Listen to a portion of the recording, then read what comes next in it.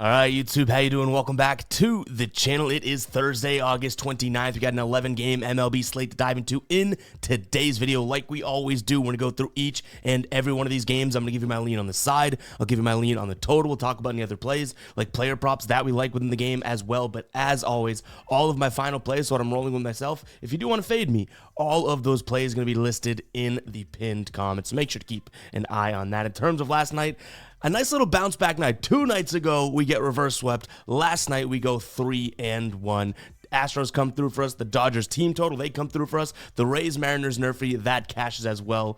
But Chris Bassett, and it's funny, everyone in the comments is like, that Bassett pick stinks. That Bassett pick stinks. And I'm like, what about the other 3 picks? We only calling out losses here. We go 3-1. But that Bassett pick was a tough one to swallow there. He went off instantly. He had like 5 strikeouts in the first, 3 innings or something. But nonetheless, 3-1 night, we'll take the profit. Our ride of the day continues to cash from Mr. Smob. He had the Braves here, and he's now hit 2 in a row. So shout out to Mr. Smob. If you don't know what the ride of the day is, it is simple. All you have to do is use that hashtag ride of the day in the comments. Then I jump on board with one person's pick. You get a shout out in the next video, win or loss. If you win, we continue to ride with your plays daily until you lose, right? If you do lose, we got to talk about it. You got to face the soundboard, womp womp, and all that stuff. So go ahead and drop those hashtag ride of the days in there. And it's important to drop them in there even when we're riding with, again, Mr. Smob today, because there's some ride of the days that are plays that I don't even think of, and you guys are talking about it. You guys are cashing with each other down there. So make sure to get those hashtag ride of the days in the comments as well. But all right, let's go ahead and jump into today's games. All right, guys, before we get into the picks, I wanted to let you know that Underdog Fantasy has a no sweat entry token now live in the app. What it is, you can put together a 3-pick entry, and if that thing doesn't green out, you get that entry fee back. If it cashes, you keep the profit. It's literally a no sweat. So head over to Underdog. You can use the link in the pinned comment. You're going to get that no sweat entry, which you have to use by 11:59 a.m. today. You're also going to get a free square of a superstar like Shohei or Aaron Judge, 0.5 plate appearances, something like that, as well as up to $1,000 in bonus cash when signing up. So use that link in the pinned comment. Go check out Underdog. I'm going to be putting together so many Underdog entries for this NFL season. Make sure you guys are there to share the fun. Again, that link is in the pinned comment. Shout out to Underdog. Make sure to hit that like button, hit that subscribe button as well. Let's jump into this first one. We got Detroit taking on the Angels. Jack Conowich on the mound for the Angels, going up against Kiter Montero. Neither one of these pitchers I'm all that big a fan of here. Detroit has won the first 2, 6-2, and then 3-2 in this series here. But yet again, and we keep getting the comments, multiple people, and it's a fair question of why do we keep fading Detroit or hating on Detroit. It's really not me fading them or hating on them. It's that I don't think Detroit's, no matter who they're playing, is worth -166. So just like today, I stay away from the Detroit on the money line. If anything, I guess I would lean towards the Angels, but like I said yesterday, it's kind of like a dummy type flyer pick. Like, I'm not all that obsessed with rolling with it, and we haven't even bet ourselves. But at the end of the day, Detroit doesn't seem, or isn't, a -166 team in my opinion. Even yesterday, their offense kind of came back down to earth, and that game was 3-2, right? I mean, it was like 3-0, and then the Angels scored late, but nonetheless, final score being 3-2. So I'm going to lean towards the Angels, but I don't think I end up playing it myself. I don't mind a look at a potential over here, though I don't think either offense is all that spectacular. Montero and Kachanowicz, or whatever his name is, aren't all that great either, right? So probably lean towards an over, but if I'm being honest with you guys, don't expect much from this game in the final plays. All right, White Sox taking on the Rangers. Game 1 of this series. Well, I guess they technically played 2 of them. One being postponed, and then the next actually getting played or suspended. Right. Nonetheless, 3-1 game 1, 4-3 in game 2 here. Yesterday, Leiter pitched and Foster went for the White Sox in terms of an opener, and ended with, again, a 4-3 win for Texas. Today could be a little bit different because we actually have a good pitcher on the mound. Right. We have Nate Eovaldi, who has struggled a little bit. Him struggling is 6 innings pitched, 3 earned runs, which isn't all that great. At least it's not 6 innings pitched, 9 earned runs, that type of thing, right? But overall, he should be able to pitch fairly well against this Chicago team. He's going to throw nearly 50% fastball, then he moves on to the cutter, and then he goes to the splitter. If we go into the dashboard here, you'll see that, this isn't really the best pitch mix for Chicago overall. see if we can zoom out. Yeah, right here, you can see fastball, third worst in the league, cutter, bottom 10, splitter, they're, I guess bottom half. But you flip over to the Texas side of things, Nick Nestrani on the mound for the White Sox, and Nestrani's going to throw half his fastballs as well, right? And Texas isn't all that great at hitting the fastball, so to me, you have one really good pitcher on the mound, right? And then you have two middling, if not worse than that, offenses. I think that this is going to point towards an under spot. Now, I'm not going to end up playing Texas for that price in the money line. That would be my money line lean, maybe in some sort of a parlay, but minus 250, I don't think so. I think I look at the under in this game / the first 5 under. In terms of what you can get right now for the first 5 under, odds wise, you can get under 4.5, which I really do like that, for minus 105. You can get under 5 for minus 140. So decent looks there. I think we have a low scoring game today, especially given the fact that we should have a successful Nate Eovaldi against a bad offense, meaning Texas is going to have to do much of the lifting, and I don't really think that Texas does a lot of lifting today, even though they're facing a not so great pitcher. Texas's offense isn't so great either. All right, next game up, we have Milwaukee taking on San Francisco here in this spot.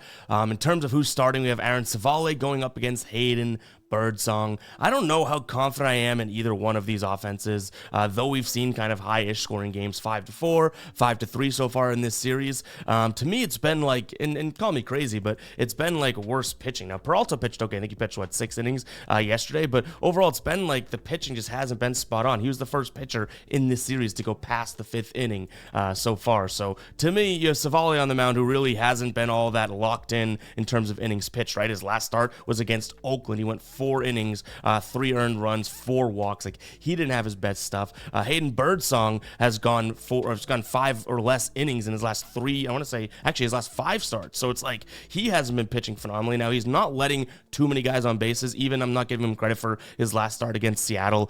4 innings pitched, just 1 hit, 0 earned runs, 5 strikeouts. You know what I mean? Like, he did pitch okay, but these pitchers just seem to be letting up a decent amount of runs, but it's not due to the offense, in my opinion. So today, I'm going to look at an under. We've seen, again, 5-4, 5-3, so 1 above and 1 under in this series so far. Give me the under, and it's not so much backing the pitchers, it's backing the offense. If I were to say and pick a winner here, I think this is such a 50-50 series that you have to look at the plus money. Would I like to back Civale? I think he's a better pitcher than Birdsong, yes. But for plus 116, plus 120 odds in the San Francisco side of things, I really can't ignore that. So give me San Francisco on the money line, but my main play here may be the under. And if you're an OG, you know how poorly we have predicted some Brewers unders. Like when I took the first 5 under 4.5, and yeah, they had like a 13 first inning a couple weeks back. So yeah, hopefully this under hits if we play it. All right, St. Louis taking on San Diego. The St. Louis Cardinals pull out the win yesterday. San Diego's Michael King on the mound today. Sonny Gray's pitching for the Cards, who obviously he's been a very, very, very good pitcher. Kind of has struggled at his last few starts here, though. He hasn't seen San Diego in a long time, but he's seen plenty of the guys on this current team over his career. 71 plate appearances against, average against of 361, an expected batting average against of 356, a WOBA of 424, an expected WOBA of 405, and an X slugging of 524. So not all that tremendous. I think in this spot, I still lean towards San Diego, even though I would give a slight pitching nod to Sonny Gray over the Padres' Michael King. I just can't look at those numbers of what he's done against the Padres roster in the past and be confident in it. And this is still a very good offense overall, even though they didn't have the best of offensive nights. Yesterday, they lose that one, was it 4-2, 4-3? But give me San Diego here on the money line. Now, this is essentially a pick 'em. If this was San Diego like minus 130 or something like that, I don't think that I would touch it, which they've been, minus 139 and minus 120 so far in this series. Neither one of those numbers work out because I do, again, think that they have a starting disadvantage, because as much as I'm ragging on, Sonny Gray, I guess you could make the argument that Michael King's been pretty electric, but overall, it's still Sonny Gray, and at some point, he's going to progress what he's done. So I like this because it is near even, and it is a pick'em type spot. If this were, again, minus 140 or something like that, I don't think I'd be as comfortable kind of sprinkling on San Diego, if that makes sense. Now, the total sitting at 7.5. that gives the indication that both these pitchers are going to have a good game. I wanted to go San Diego team total over 4.5, but I may end up flipping on a switch and saying San Diego team total under 4.5. Now, that doesn't mean I think that they're going to lose the game. I think that this could be like a 4-3 type of a game or something like that, right? So I'm going to lean towards the under of the full game, as well as like kind of flipping on my head here. San Diego team total under. It's a way that I can also give Sonny Gray his credit, but you could go out there and score 4 runs and win this game, just like the Cardinals did yesterday. You know what I mean? So maybe it's that type of game yet again. All right, real quick, guys, I talked to you about it yesterday, but time is coming to an end, so you've got to make sure you go ahead and check out RotoWire's Fantasy Football Draft Kit. This thing is unreal. You could try it for 7 days. They don't even take your credit card, so use the link in the pinned comment. There's literally no risk in trying it out, but they have cheat sheets, mock drafts, they have ADP simulators, they even have auctions if you're in an auction draft. They have an Ask the Expert section. These are just a handful, a snippet of what they do for you. You can literally win your league when it comes to draft day instead of having to do the waivers and the trades throughout the season. I mean, RotoWire has you covered there as well, but why not have the best draft possible? And right there, the RotoWire Fantasy Football Draft Kit is exactly how to do that. I've won my fantasy league with my buddies before. I've lost it before. Losing stinks, winning's great, but you know what? This draft kit at least can help you accomplish the one of those two things: winning your league, but making sure that you're not the one that's suffering that punishment at the end. So check out that link in the pinned comment. Again, you could try it. No credit card, no risk, anything like that. Go check out the RotoWire Fantasy Football Draft Kit. That link is in the pinned comment. Let's get back to these baseball games. Colorado taking on Miami.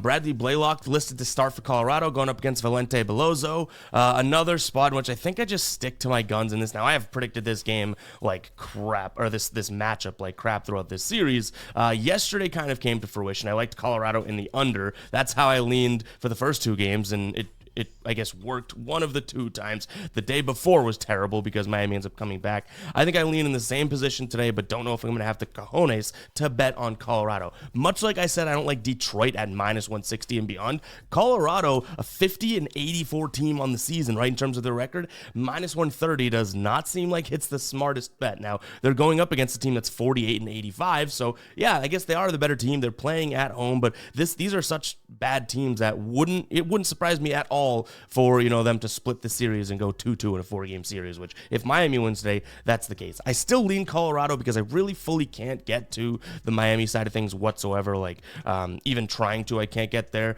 But overall, both these offenses are mediocre to bad. The bullpens aren't all that great. Like, there's no redeeming qualities of either one of these teams. I think you could say Belozo may be the only sort of advantage, but is he even an advantage? You know what I mean? So I'm going to lean towards Colorado and the under, but don't think that I'm going to play much on this game. And honestly, guys, if you made it this point in the video, comment 12 because I want to know that you're hearing this. When we have shorter slates like this, or, they're either the start of new series or teams are finishing up their series and whatnot, you don't have to force anything. We're coming off a 3-1 night. There's a lot of like head scratching meh type of spots on the board today.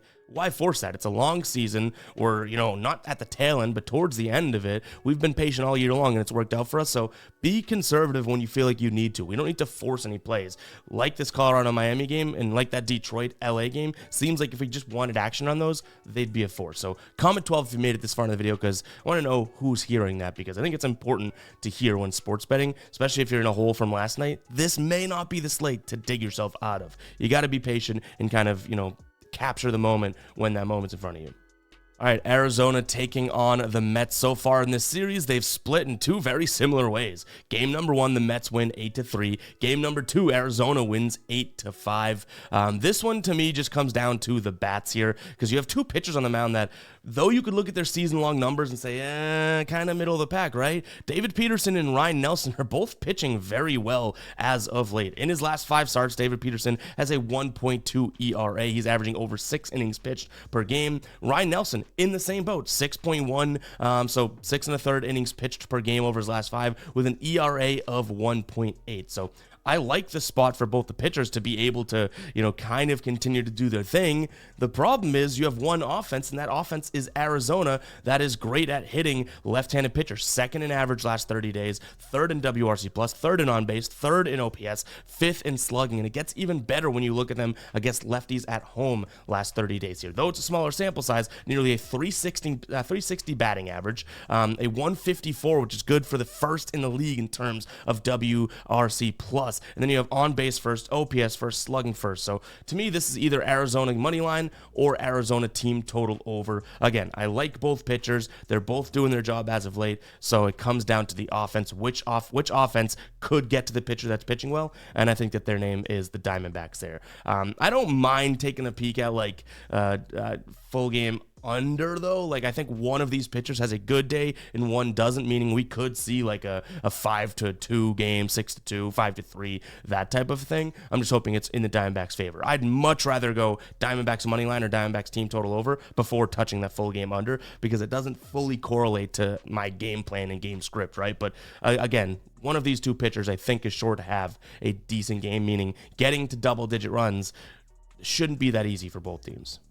All right, Cincinnati taking on Oakland. We have Julian Aguilar. Said that kind of weird, right? Julian Aguilar on the mound for the Reds, going up against JT Ginn, who I don't know too much about. Obviously, not a starter. I believe he has, 2 game appearances. He's got a 2.54 ERA. He's looked okay, right, out of the bullpen. But again, it's only 2 games in the league here, so a little bit questionable. Julian Aguilar, on the other hand, hasn't been like god awful. I wouldn't say that he's been all that great, but the Reds still do have the better offense in my opinion, and you're getting them at -126 in a spot in which they've now lost 2 straight in this series. Like, this could be a Cincinnati spot for me today. -126 has been the best odds that you probably could get with them so far, right? So, or actually, no, I think in game number 2 they're like -120, but either way, it's probably going to be my lean, and if I do play it, the play today. I think this has a decent amount of runs in it, though, at Great American Ballpark with good weather. Ballpark Pal has this at a plus 13% run rating today, so that's why that total's way up at 10, which I think speaks a little bit to what the Reds can do. We've seen,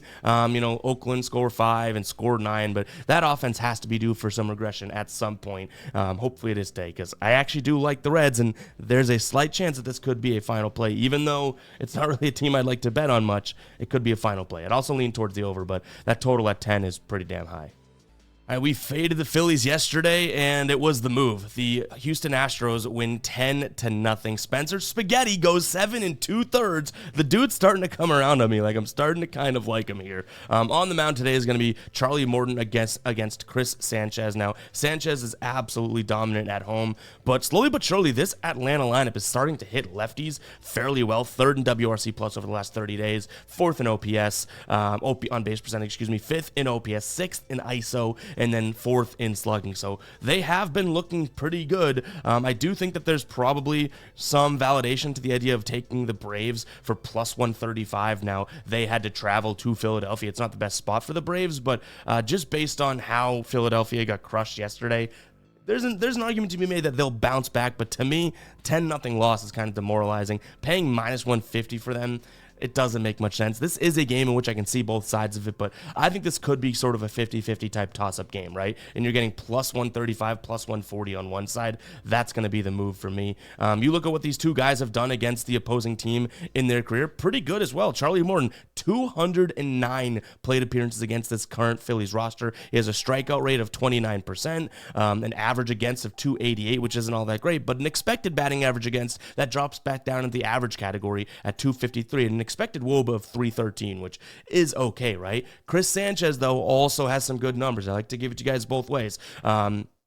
59 plate appearances against, a 32.2% K rate, an average against of 228, an expected batting average against of 180, and an expected WOBA of 213. So there's your, singing grace, or whatever the saying is, if you do like the Phillies today, because you have Sanchez at home against the team that he's pitched well against, or players he's pitched well against in the past, might be the move. But again, that price at minus 155, I don't think that they're that much better than the Braves here in this spot. And Atlanta's been playing, I guess you could say, decent baseball, right? What they took all 3 against the Twins. Prior to that, they won, I think it was 3 of their last 4. I remember saying that. So this is a Braves team that's playing well, and they're sneaky, starting to hit lefties.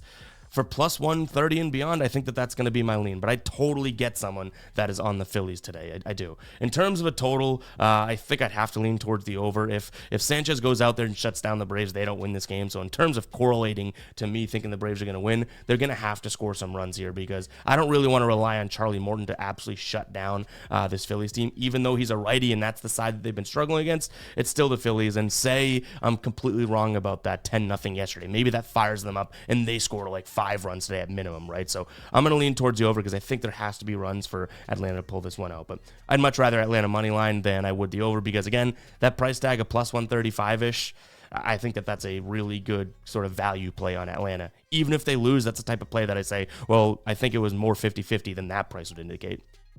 All right, I talked about the fantasy draft, but we also have a Survivor League going on right now. That link will be in the pinned comment as well. So you guys will have the Underdog, the Survivor, as well as the Fantasy Kit from RotoWire. So two really good things to check out. And then Underdog, obviously, you know what that is, one of my favorite DFS apps out there. But guys, go ahead and join the Guy Boston Sports Survivor pool here. It's a $10 entry. Right now we have 94 people in there, so the pot right now is 940. If we fill this bad boy up before the NFL season, we're going to have a prize pool of nearly $3,000 for the winner to take all here. You can enter up to 5 teams. I gave you a little sneak peek of who I'm rolling with. You can enter up to 5 slips and go with 5 different entries. So $50 if you want to put your chance in there, but you can just do one entry for $10. And if you don't know what a Survivor pool is, it's pretty simple. Each week you select one team to win. If they win their game, you survive and advance the next week. If they lose, you are unfortunately out. The catch is you can only pick one team per season once. So for example, this entry, right? I'm going to roll with Seattle. In fact, these are kind of dummy plays, so I don't even know who I'm rolling with yet, but say I do roll with Seattle. If they do win and I move on to week 2, I can no longer select Seattle. That's how it works. So super cool and super fun. Go ahead and check it out, guys. It's on Splash Sports. I'm going to be doing some weekly against the spread contests with Splash Sports as well throughout the season. So go and check it out. Again, that link is in the pinned comment. But let's get back into these games. We're looking at Boston taking on the Jays. We have Cutter Crawford on the mound going up against Bowden Francis. Cutter Crawford, small sample size against the Jays, but hasn't looked all that great.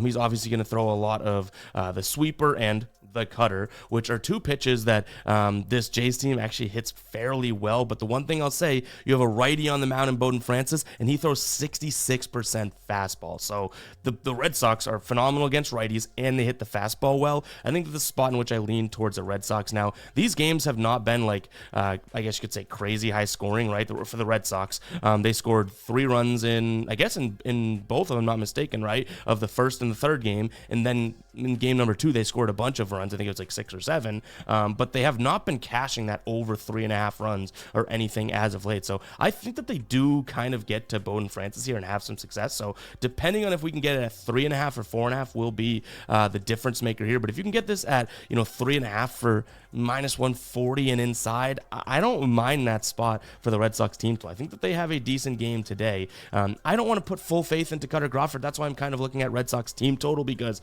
Red Sox at minus 148 in a spot in which Cutter Crawford hasn't been the Cutter Crawford, say, like pre-All-Star break, right? A little worrisome there. So Red Sox team total or nothing for me in this one, which is a kind of way of saying Red Sox money line and a slight lean towards the over without having to worry about those 2 other sides of it, right? Just Red Sox team total if we can get it at 3.5. I don't know how much I love it at 4.5 unless it's some crazy plus money. All right, Astros taking on the Royals. I think it's going to be a very good and entertaining series here. I think we have, if I'm not mistaken, 4 games. I think it's a 4-game series, which should be really fun. But overall here you have Brady Singer on the mound going up against Hunter Brown. Hunter Brown has been lights out as of late. He really has. Now on the flip side, that offense for the Royals has looked pretty damn good as well. Last 4 games, 4, 9, 6, and 5 runs scored. So good for them. Houston coming off of a high when we cashed them yesterday, 10 runs scored. But prior to that, I even said in yesterday's video, right? They scored 2 and then 0 runs. So it's like they were due for a better offensive night. Did they blow their load all in one game? Potentially. So I don't know exactly where I come out in this game. What I would say is very similar to what I've said about a lot of games here, because my opinions aren't too strong on some of these games, but you look at the price and it just makes sense to roll with one team, which if I think it's going to be an exciting series, an exciting game in particular, I like the idea of rolling with, say, the Royals for plus 136, because I think either team can win, this game. It's a 50-50 type spot, and the Royals have won 6 straight games against the Astros in 8 of their last 10 matchups. Only 3 of those last this year, in which they swept them back in April. So I think the Royals have momentum against them. Momentum in general, they've won 6 of their last 10, whereas the Astros have only won 4 of the last 10. If you want to take that and be like, well, then the Astros are due to beat the Royals, I get that too. But for me, that big price tag behind the Royals at plus 132. In fact, I think that might be a different line now. Let's see if we can find it really quickly. Plus 136, so it's gone up even a little bit more. That seems like it's the move for me now. Do I have the balls to fade Hunter Brown lately?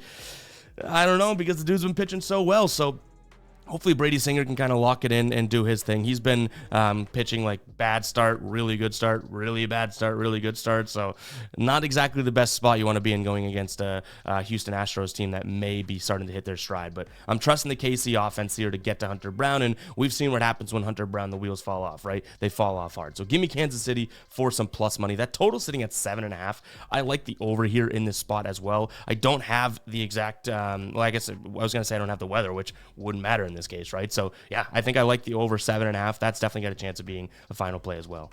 Dodgers taking on Baltimore. Dodgers cashed for us yesterday. They end up hitting their over 3.5 easily, right? Well, not easily, but they had 3 early. Here we have Bobby Miller on the mound going up against Cade Povich.